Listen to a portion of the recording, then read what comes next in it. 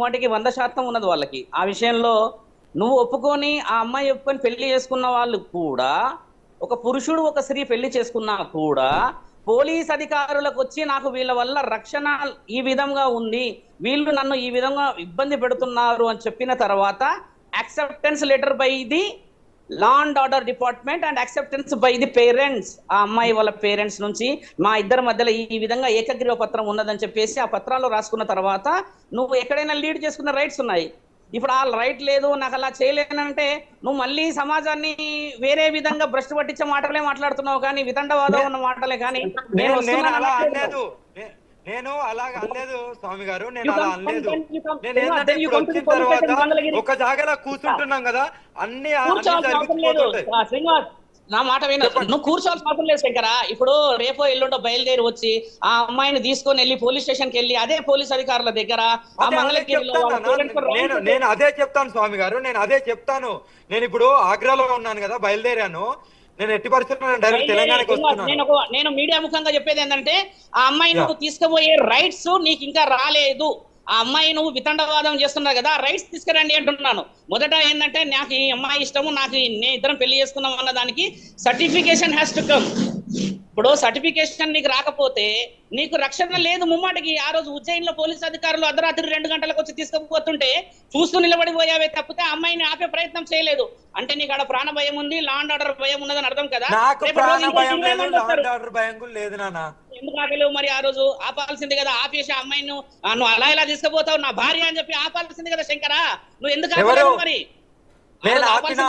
ఆపిన తర్వాతనే ఇంటికి 5 days వెళ్ళొస్తా అన్నది. అది ఎవరికన్నా తెలుసా?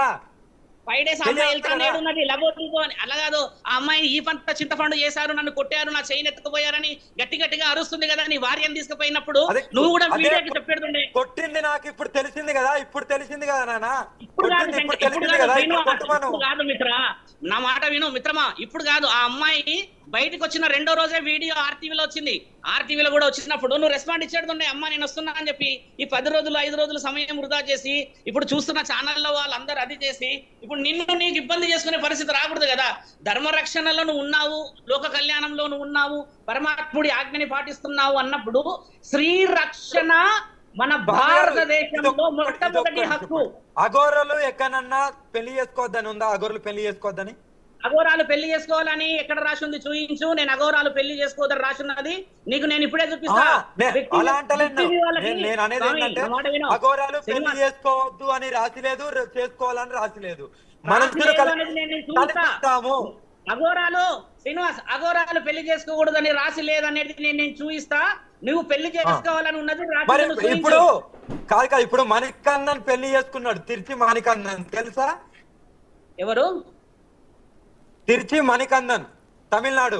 తిరుచి మణికందన్ ఎక్కడున్నాడు? ఏ అఖాడాలో ఉన్నాడు ఆయన? అఘోర అఖాడంలో ఎందులోనూ ఉన్నాడు. కావాలంటే మీరు ఫోన్ చేసి కనుక్కోండి. మీరు అన్నారు కదా మాకు అన్ని పరిచయాలు ఉన్నాయి అన్నారు కదా.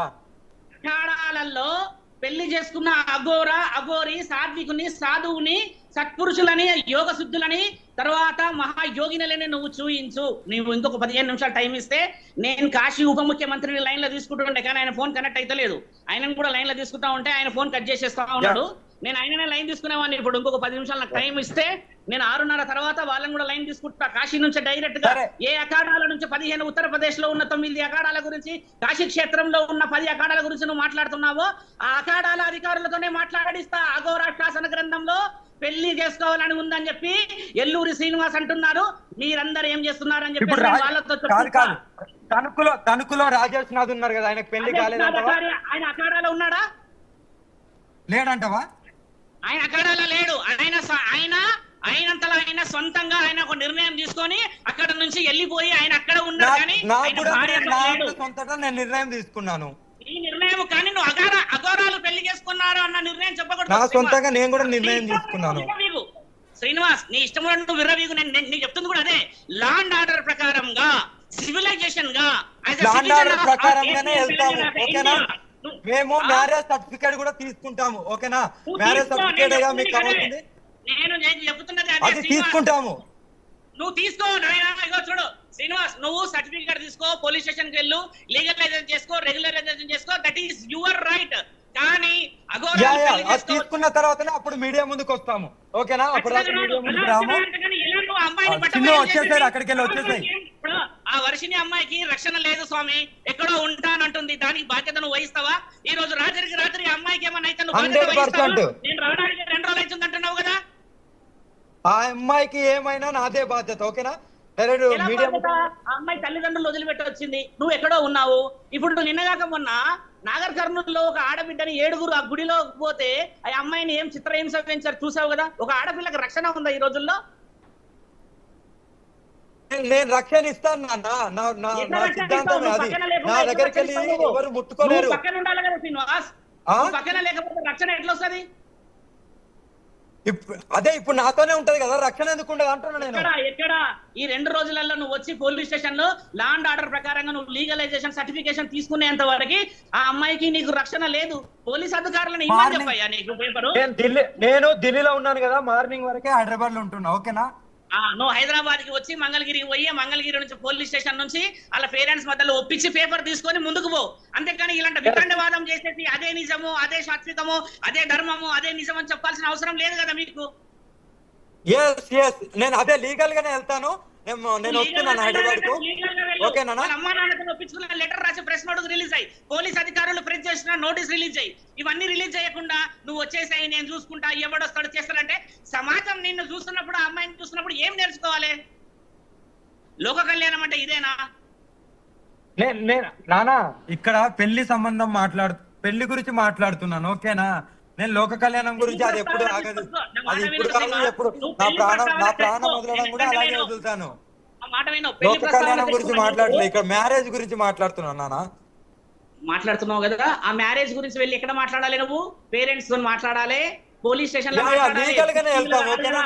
లీగల్ గానే వెళ్తున్నాను, మీడియా పరంగా చెప్తున్నా, లీగల్ గానే వెళ్తాను. అమ్మాయి కూడా చెప్తున్నాను కదా, ఇలాంటి వీరు చేయడం వల్ల ఏమవుతుందంటే మీరు బహిర్గతమై రక్షణ లేని పనులు చేసుకుంటున్నారు.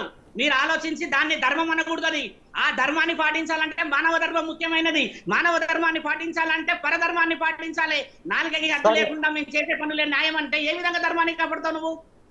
సరే అంటే స్వామి శివరుద్ర స్వామి అండి స్వామి ఇప్పుడు ఆయన అంటున్నది ఏంటంటే, సారీ ఆయన అనకూడదేమో,